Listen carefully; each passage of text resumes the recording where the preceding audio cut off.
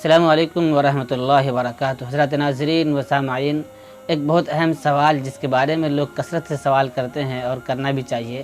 وہ یہ کہ قربانی کے علاوہ دنوں میں یعنی دوسرے مہینے میں جن ایام میں قربانی نہیں کرتے ہیں، ان ایام میں اگر کوئی شخص بڑے جانور میں 2 حصہ عقیقہ کے نام سے کرتا ہے اور باقی گوشت کو فروخت کر دیتا ہے، تو کیا یہ اسلام میں درست ہے؟ اس کا کہاں تک صحیح ہے اور کہاں تک درست نہیں ہے؟ اور دوسرا یہ کہ ایک بڑے جانور میں جس میں 7 حصے ہوتے ہو اور کئی بچوں کو ملا کر کے اس کا عقیقہ کرتے ہیں، تو کیا اس طرح عقیقہ کرنا درست ہے یا نہیں ہے؟ تو اس بارے میں آپ کو پوری تفصیل سے انشاءاللہ تعالی بتاؤں گا، آپ توجہ سے سنیں۔ سب سے پہلے،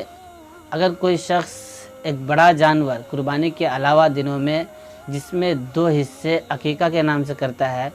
اور باقی کے حصے کو فروخت کر دیتا ہے، یعنی گوشت کو بیچ دیتا ہے، تو اس طرح کرنا درست نہیں ہے، اس طرح نہیں کرنی چاہیے۔ دوسرے نمبر پر، اگر کوئی شخص ایک بڑا جانور میں جس میں 7 حصے ہوتے ہو، جیسے بھینس، گائے وغیرہ، اونٹ وغیرہ،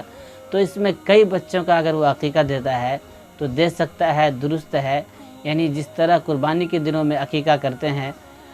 1 حصہ لیتا ہے، 2 حصہ لیتا ہے، اسی طرح کوئی شخص 7 حصے کو اپنے الگ الگ بچوں کے نام سے دیتا ہے تو دے سکتا ہے، درست ہے۔ لیکن اس میں اختلاف ہے، لیکن راجح قول یہی ہے کہ دے سکتا ہے، راجح قول یہی ہے کہ دے سکتا ہے، اس میں کوئی مذائقہ نہیں ہے۔